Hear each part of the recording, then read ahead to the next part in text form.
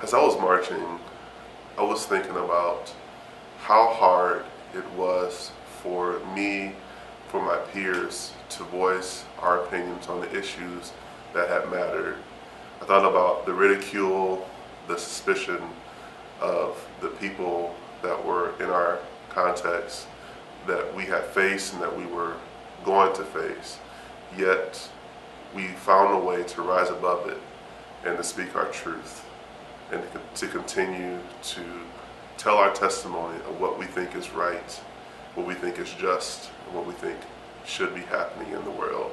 And so as I was marching, I felt a sense of pride that we had mustered the courage to stand together against injustice, that we saw it before us.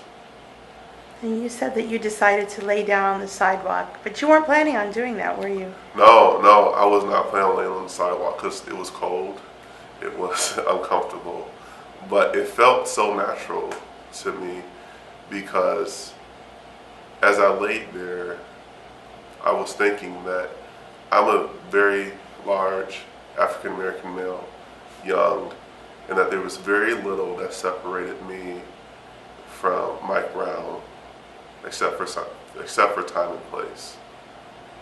Besides that, there's nothing that could separate me from being the same victim.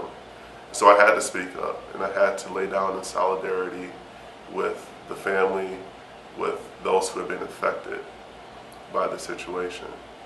As a person, I've been changed, and I've been challenged to continue to work for justice and truth.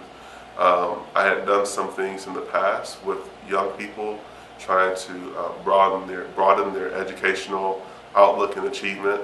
But I think I want to do some more things as it relates to making phone calls, getting people excited and passionate about voting, passionate about speaking to our representatives, and really doing the work of ministry, of speaking the truth to power.